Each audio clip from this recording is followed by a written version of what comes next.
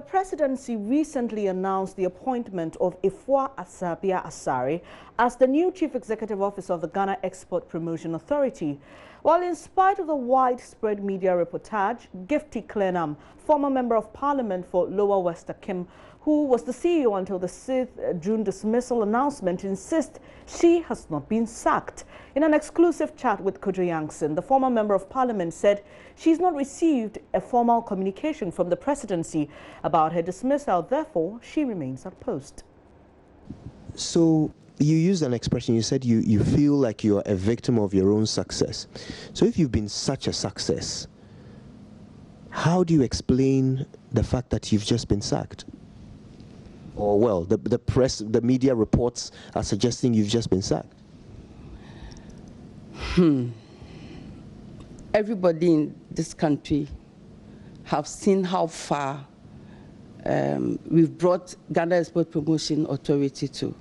So I don't even need to say that I mean, it is out there. It's clear for everybody to see that within this short tenure in office, and I thank the president for giving me the opportunity, we've been able to lift the face of the export sector to this level. And so when I say that I'm a victim to it, of course, it isn't everybody who will be happy for being successful in your office. And I think those are the kind of feeling I'm getting from some quarters. So at the moment, you haven't received any letter that says you've been removed from office. As far as you're aware, you're still working. But what are the circumstances, the conditions under which you are still working? Do your staff support you? Is your team on board with what you're doing? You know, as for the staff, they support me. They support me in the sense that they haven't seen in the history of that institution the kind of drive that and the kind of dimension we are taking the export sector to. They are excited because of the new product development approach that we are adding up to. Because the Act says that we must identify, develop, and then promote. And so we are doing all the 3 stages of the Act. So they are excited about it.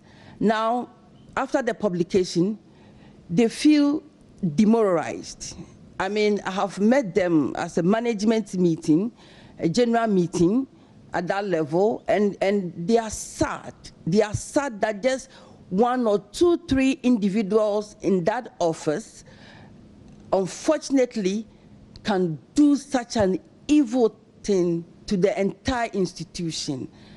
But they all come to me and say, Madam, take heart. We are with you in prayers. Madam, take heart. We are with you in prayers. So that's the kind of situation we find ourselves there. It's just unfortunate.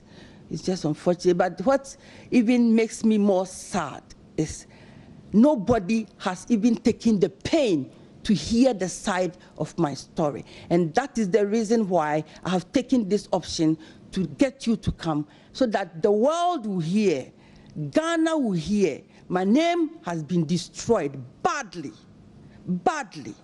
I don't know how my name can be restored back to me. I was a Kayaye all my life. My childhood has been difficult. I have been able to work my way through Parliament, and I am this stage of my life.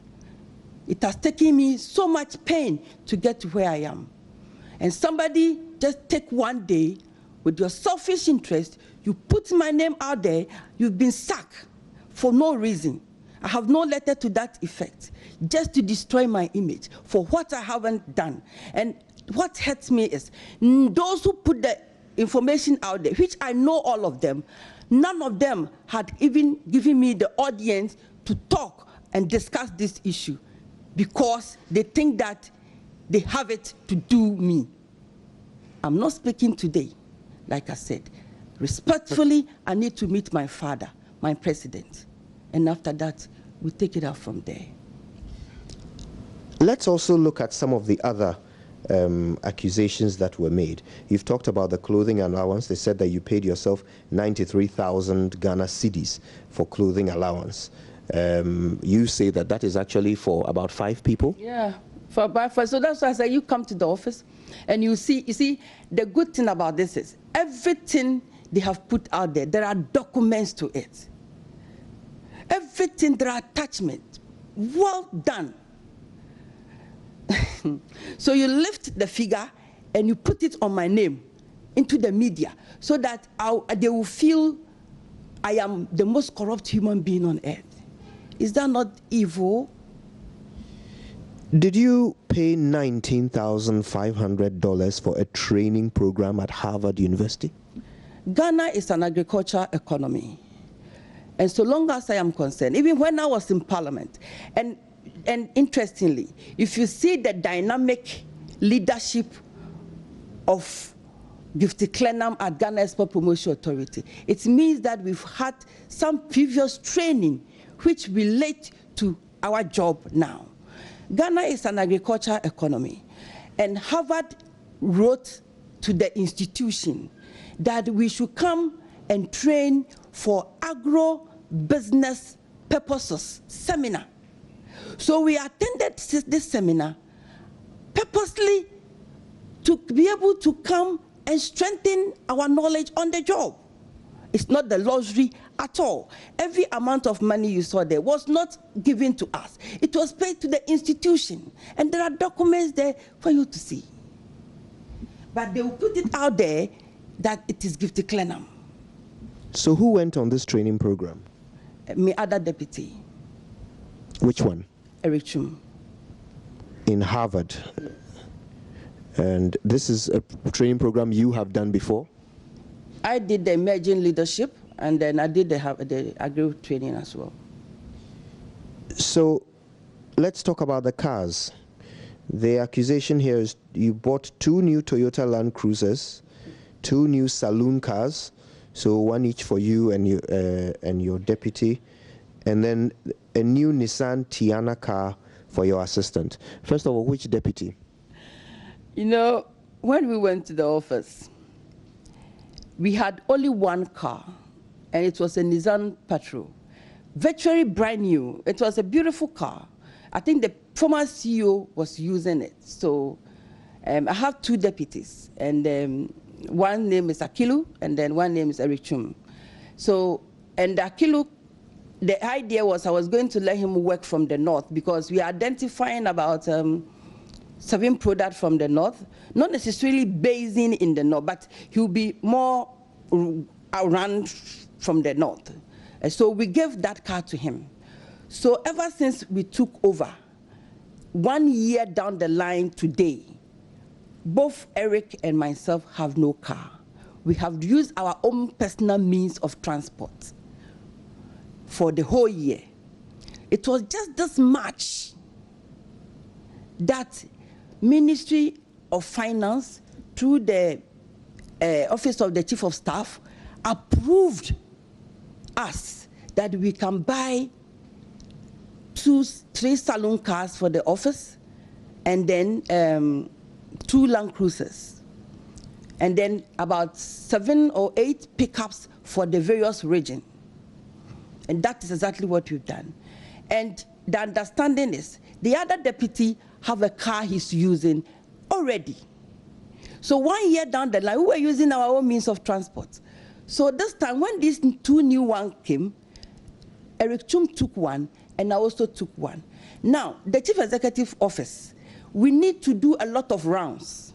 So we are located, and my assistant leave office. She's the last person that leaves office. Sometimes 10:30 p.m. she leaves. She's still in the office working.